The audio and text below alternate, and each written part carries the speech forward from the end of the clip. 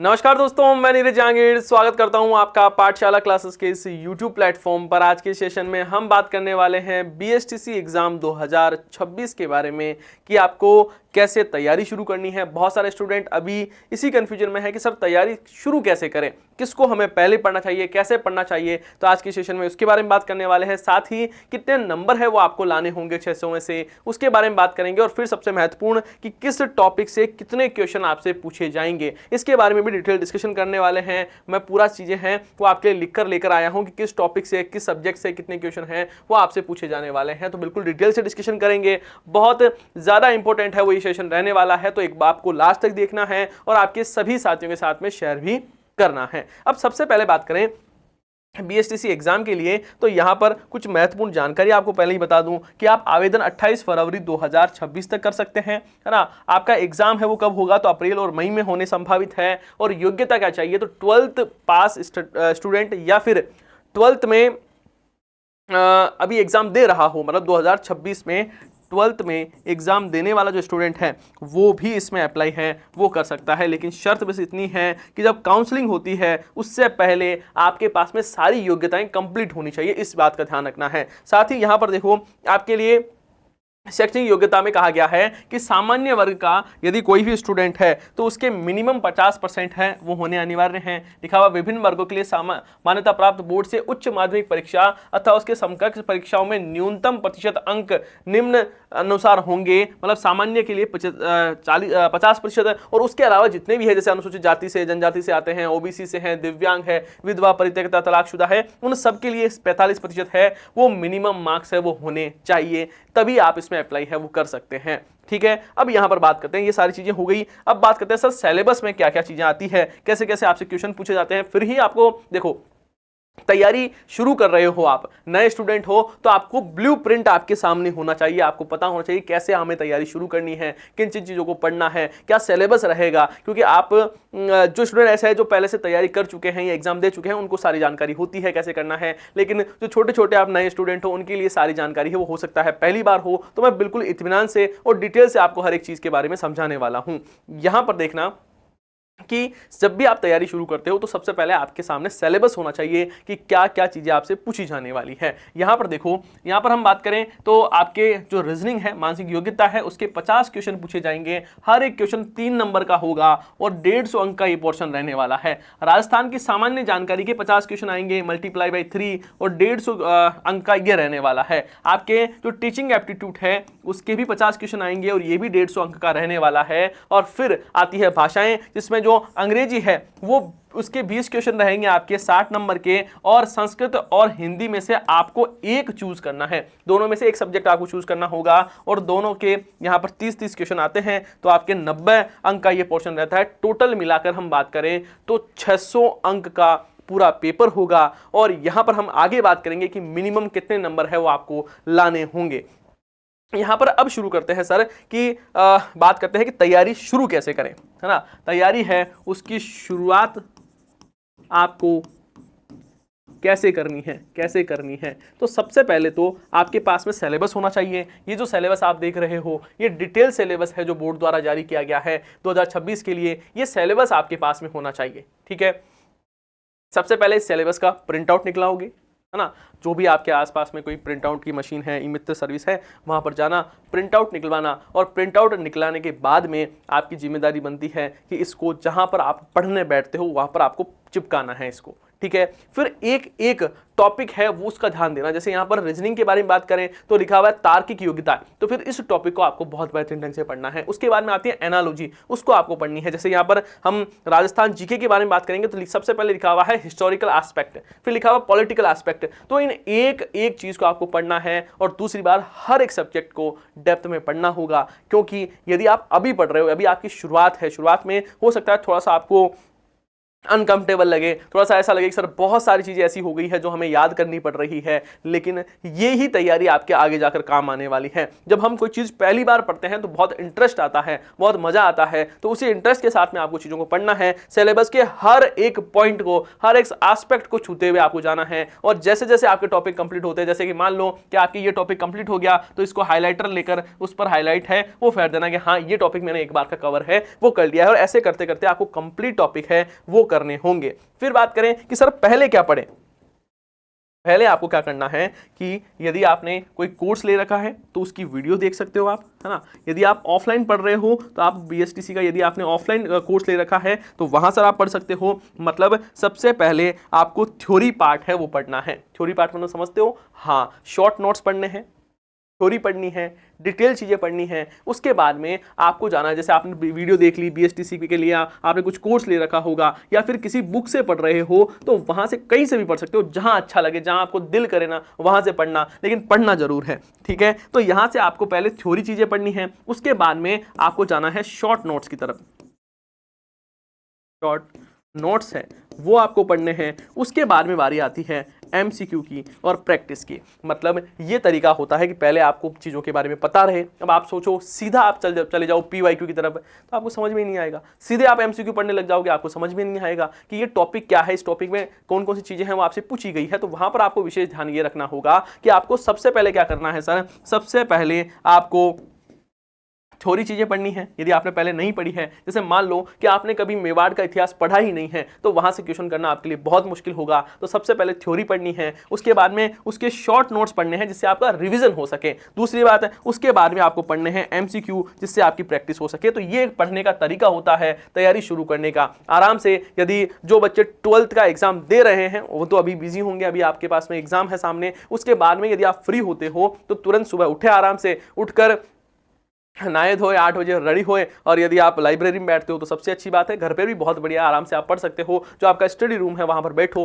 और सुबह से लेकर शाम तक आपको मेहनत है वो करनी होगी, क्योंकि आपके पास में टाइम है वो बहुत कम है और सिलेबस बहुत बड़ा है। तो यहाँ पर ऐसे आप तैयारी शुरू कर सकते हो। बाकी हर एक व्यक्ति का तैयारी करने का एक अलग तरीका होता है ना। मैं कभी भी किसी को फोर्स नहीं करता हूँ कि आपको सुबह उठकर 5 बजे पढ़नी चाहिए। हो सकता है कुछ स्टूडेंट ऐसे हैं कि जिनको शाम को रात को पढ़ने में मजा आता है तो वो रात को पढ़ सकते हैं, जिनको लगता है कि सर नहीं मुझे तो सुबह उठकर पढ़ना अच्छा लगता है तो बिल्कुल आप सुबह उठकर पढ़ सकते हो। ये पर्सन टू पर्सन वेरी करता है। जो जैसे आप अच्छा पढ़ सकते हो वैसे आपको पढ़ना है, लेकिन ध्यान रखना है कि पढ़ने का तरीका आपका ये होना चाहिए कि आप थ्योरी पार्ट पढ़े, फिर शॉर्ट नोट पढ़े, फिर एमसीक्यू पढ़े, फिर पीवाईक्यू पढ़े, ना कि सबसे पहले पीवाईक्यू शुरू करो फिर एमसीक्यू करो फिर आप थ्योरी पढ़ो। तो आपके सारी चीजें कचरा हो जाएगा, कुछ समझ में ही नहीं आएगा। तो इस बात का विशेष तौर पर आपको ध्यान रखना है। तो यहां पर फिर हम बात करें कि नंबर आपको कितने लाने होंगे। देखो 600 नंबर का जो पेपर है उसमें आपका प्रयास ये रहना चाहिए कि आपको 500 प्लस नंबर है वो लेकर आने हैं। आपको सर ये ज़्यादा नहीं हो जाएगा क्या? बिल्कुल ज़्यादा हो जाएगा, लेकिन आपके टारगेट हमेशा बड़े होने चाहिए, है ना। हो सकता है कि लास्ट टाइम में आपको ये जो टारगेट है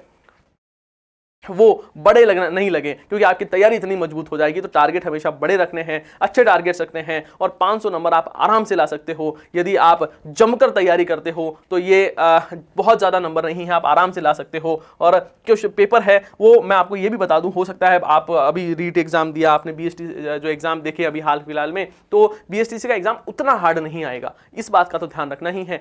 बहुत ज़्यादा घबराना नहीं है, डरना नहीं है। कई बार बच्चे हो जाते हैं सॉरी यार मैं तो पहली बार जीवन का पहली बार पेपर दे रही हूँ या दे रहा हूं और सर बहुत ज्यादा समझ में नहीं आ रहा क्या पढ़ूं, कैसे पढ़ूं, कहां से पढ़ूं। ज्यादा टेंशन नहीं है, आराम से आपका सिलेबस दिया हुआ है, बहुत छोटा सा सिलेबस है, हर एक टॉपिक को बस पढ़ लेना है। और यदि आप इन डेप्थ में नहीं भी पढ़ रहे हो और सतही तौर पर भी पढ़ रहे हो, लेकिन पढ़ना हर एक टॉपिक को है, इस बात का ध्यान रखना है, ठीक है। अब दूसरी बात यहां पर बात करते हैं, सर मैंने आपको बताया नंबर कितने हैं। फिर हम बात करते हैं सर राजस्थान जीके के बारे में। भाई मैं जीके के बारे में ही बात करूंगा, बाकी हो सकता है कि जो स्पेशलिस्ट है वो अलग अलग सब्जेक्ट के बारे में बात करें, मैं जीके के बारे में बात करूं। तो यहां पर आपके टॉपिक दिया हुआ है हिस्टोरिकल एस्पेक्ट, मतलब आपके इतिहास है इसमें पूछा जाएगा। देखो मेनली मैं सब्जेक्ट के बारे में बात करूं तो यहां पर इतिहास, इसको आप हिस्ट्री बोलते हो, भूगोल,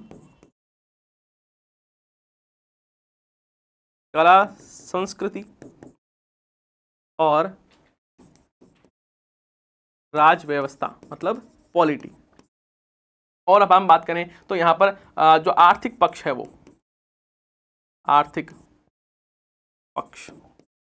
अब देखो ये आर्थिक हम राजस्थान इकोलॉजी राजस्थान इकोनॉमी कह सकते हो आप। अब देखो यहां पर बात करें कि यहाँ पर आपके है ना मतलब आपके हिस्ट्री आ गई, पॉलिटी, आर्ट एंड कल्चर, है ना, कला संस्कृति, फिर आपके इकोनॉमिक एस्पेक्ट, ज्योग्राफिकल एस्पेक्ट, फोक लाइफ, सोशल एस्पेक्ट और टूरिज्म एस्पेक्ट है वो पूछे जाएंगे। अब यहाँ पर बात करते हैं सर कि किससे कितने टॉपिक है वो पूछे जाते हैं। पहली बात तो हर एक सब्जेक्ट पढ़ना है, अच्छे से पढ़ना है ना। सर आर्थिक समीक्षा वाला जो पोर्शन है वो कैसे पढ़ेंगे, आपके सारे डाउट मैं समझ रहा हूँ, हर एक चीज़ के बारे में बात करेंगे। लेकिन पहले यहाँ पर समझो कि पिछली बार जो पेपर हुआ था 2025 में 2 शिफ्ट में पेपर हुआ था, तो यहाँ पर शिफ्ट 1 जो है उसके क्वेश्चन है, ये शिफ्ट 2 के हैं, ध्यान रखना है आपको। अब देखो सबसे पहले भूगोल के बारे में बात करें तो भूगोल में जो स्थिति विस्तार और भौतिक विभाजन है उससे पहली शिफ्ट में एक क्वेश्चन आया, दूसरी शिफ्ट में एक भी क्वेश्चन नहीं आया। प्रमुख नदियां और झीलें हैं, वहां से पहली शिफ्ट में 2 क्वेश्चन, दूसरी में 4 क्वेश्चन पूछे गए थे। वनस्पति और वन्य जीव संरक्षण है, यहां से एक क्वेश्चन पूछा गया दोनों शिफ्ट में।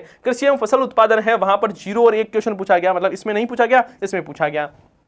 सिंचाई और बहुउद्देशीय जो परियोजनाएं हैं, पहली शिफ्ट में 2 क्वेश्चन और दूसरी जो शिफ्ट थी उसमें क्वेश्चन नहीं पूछा गया। पशुधन एवं पशु संसाधन है, यहां पर बात करें तो पहली शिफ्ट में 1 क्वेश्चन और दूसरी में 0 क्वेश्शन पूछे गए थे।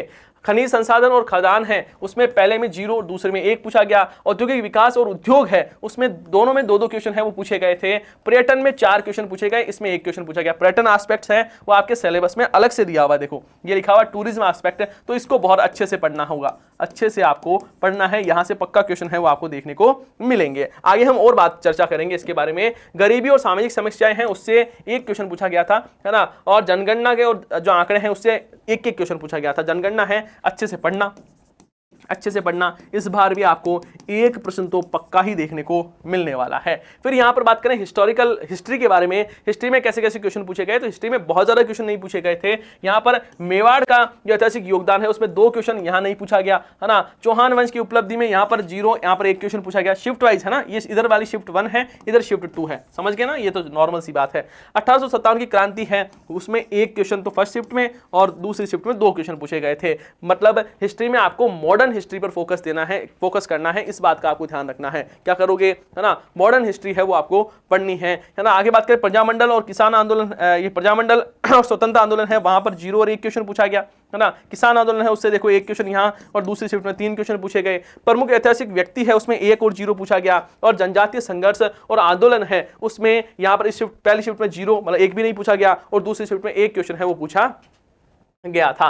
फिर बात करें आर्ट एंड कल्चर, सबसे इंपॉर्टेंट पार्ट है, मैक्सिमम क्वेश्चन आपसे यहीं से पूछे जाएंगे। करण सर आपको पढ़ा ही रहे हैं तो शानदार तरीके से आपको पढ़ना है। राजस्थान की स्थापत्य और परंपरा के 3 क्वेश्चन यहां से पूछे गए, 2 क्वेश्चन यहां से पूछे गए थे, है ना। मतलब पहली शिफ्ट में 3 क्वेश्चन, दूसरी शिफ्ट में 2 क्वेश्चन। फिर बात करें लोक देवता और धार्मिक मान्यताएं हैं, यहां से 1 क्वेश्चन पूछा गया पहली शिफ्ट में, दूसरी शिफ्ट में क्वेश्चन नहीं पूछा गया। और बात करें संत परंपरा और जो संप्रदाय है उससे 3 क्वेश्चन और 2 क्वेश्चन। और यहाँ पर प्रमुख पर्व त्योहार और मेले से देख रहे हो 2 और 3 क्वेश्चन।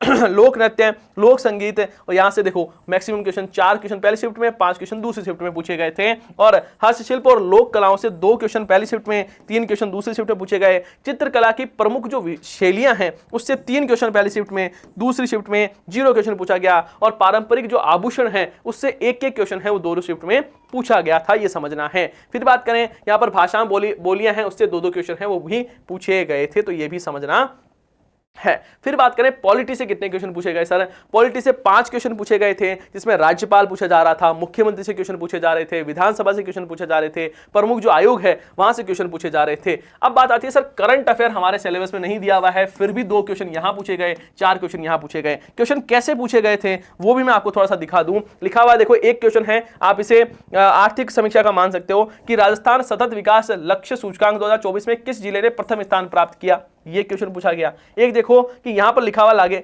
निम्न में से कौन rising Rajasthan global investment summit 2024 का इंडस्ट्री पार्टनर था, तो ये क्वेश्चन है वो किसके हैं, ये साहब करंट अफेयर के हैं। मतलब कुल मिला के हैं क्या, इसको ज्योग्राफी में या आर्थिक समीक्षा जो एस्पेक्ट्स है ना उसमें इसको काउंट कर लिया जाता है, करंट अफेयर में काउंट नहीं किया जाता है। लेकिन ये है किसके टॉपिक, करंट अफेयर के हैं, ध्यान रखना है। अब देखो पॉलिटी के जो टॉपिक है मैं आपको शॉर्ट नोट्स है वो करवाने वाला हूं, है ना।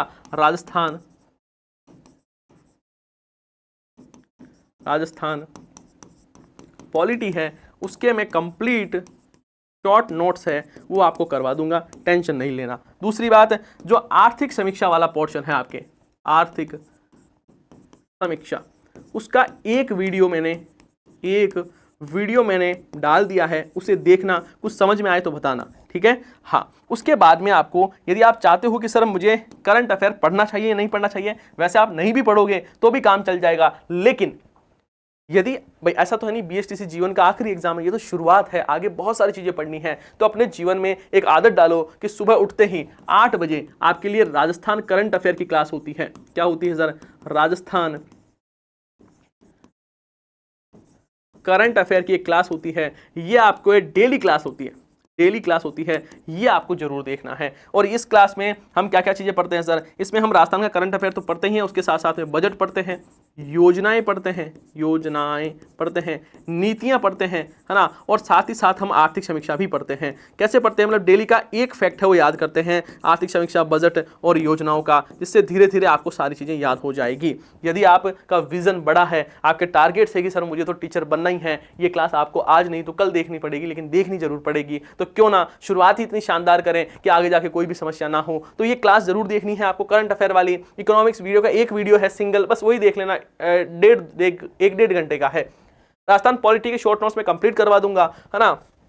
उसके साथ ही यहां पर आपके लिए देखो डेली टॉप एमसीक्यू की क्लास है, वो चल रही है, सुबह 11 बजे ये क्लास होती है। ये आपके लिए मस्ट है, ये आपको देखना ही देखना है। यहां पर मैं बिल्कुल डिटेल से चीजें पढ़ा रहा हूं, इसको भी आपको पढ़ना है। ये क्लास वैसे सभी के लिए है, एलडीसी, सीटी, है ना, बीएसटीसी, लेब असिस्टेंट, सबके लिए है। आपके लिए भी स्पेशल तौर पर ये क्लास है वो रहने वाली है, इसको जरूर देखा करो, यहां से आपको बहुत सारी चीजें मिलेगी। बाकी राजस्थान की राज्य व्यवस्था है, ये थोड़ी सी डीप में पढ़ा रहा हूं, तो आपके लिए इतनी फ्रूटफुल नहीं रहेगी, है ना। वैसे यदि आप पढ़ना चाहते हो तो बहुत अच्छी बात है ना, इसके लिए तो बहुत बढ़िया बात है कि आप पढ़ना चाह रहे हो आगे भी नेक्स्ट लेवल के लिए। लेकिन हाँ, यहाँ पर थोड़ी सी चीजें डीप है, लेकिन मैं आपको वन शॉट करवाऊंगा, शॉर्ट नोट्स लिखवा दूंगा। बाकी करंट की क्लास ऐसी आपके सामने देखने को मिलेगी, डेली करंट अफेयर क्लास होती है, इसे भी आपको देखना है। अब भी किसी प्रकार का कोई डाउट हो मान लो आपको, तो कोई बात नहीं, इस वीडियो के नीचे कमेंट आप कर सकते हो। बाकी मैं अपना नंबर दे रहा हूं 7891046470,